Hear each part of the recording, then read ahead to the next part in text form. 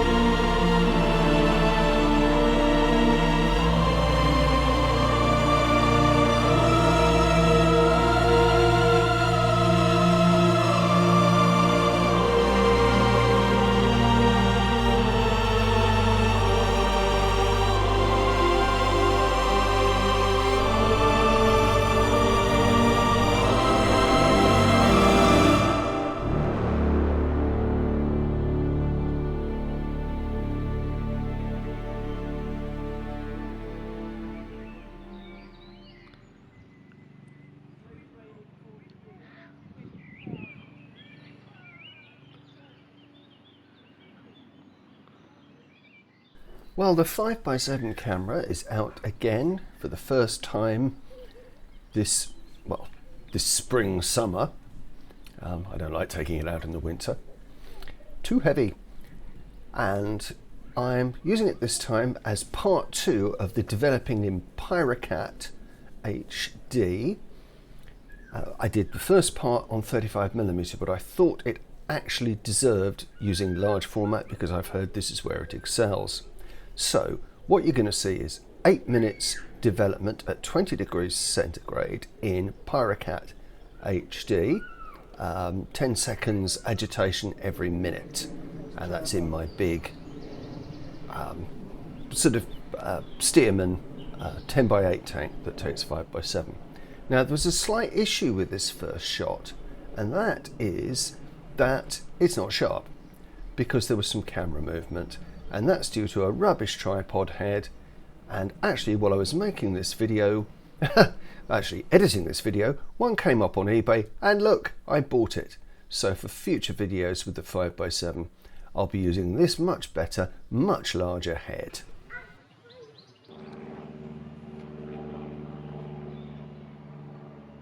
Aside from the odd couple of images that suffered with camera shake here, I was much happier with Fomapan and the Pyrocat HD. The 5x7 negatives really seem to suit the tonality. I did use a little bit of tinting in the images in Lightroom, but just to give it that old-fashioned vibe. But this is so much better than the look with 35mm. I think I've now got it dialed in. Pyrocat needs a little bit of work to get it 100%. Thank you to Michael in the comments on the previous video mentioning to check for not using an acid fixer, and I found out that I wasn't, but that's fine. It's always great when comments point me at something that I might be doing wrong. I do find the Fomapan is a devil for getting dirty when you develop into all kinds of spots and stuff, but that's probably my sloppy technique. Anyway, back on with the images and back on with me capturing stuff.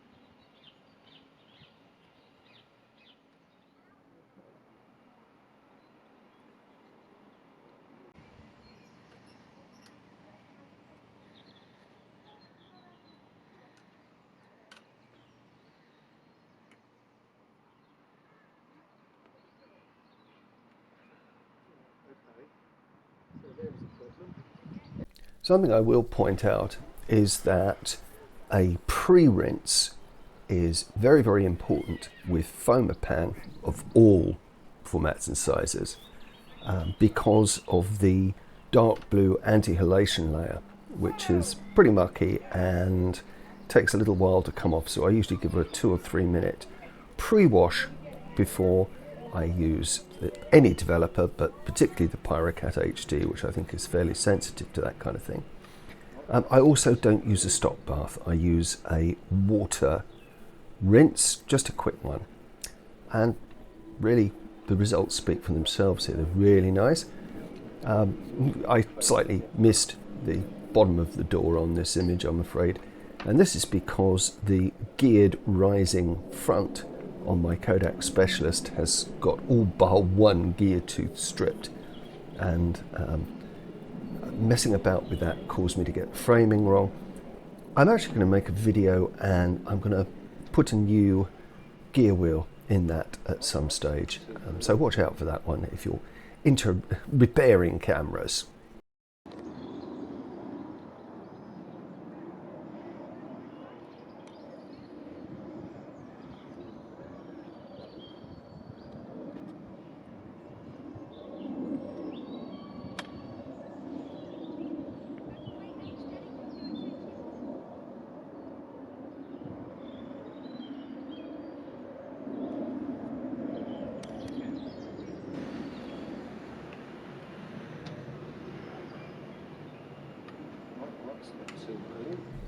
Okay, so if you've enjoyed this video, perhaps you'll hit the like button.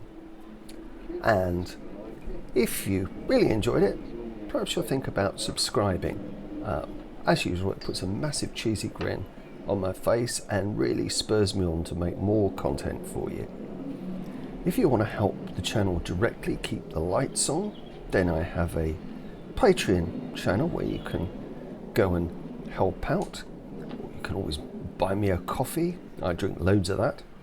And don't forget to get into the comments section and tell me what you think, and tell me if you've used Pyrocat HD and how it worked out for you. Tell me about your experiences with 5x7 or half plate, actually, as it is with the Kodak Specialist. All of that, just keep the comments coming in. I really love them. So, an hour or so shooting, a couple of possible failures, a few successes maybe under the belt, and we'll go back and we'll develop that in the Pyrocat HD and see how it all turns out.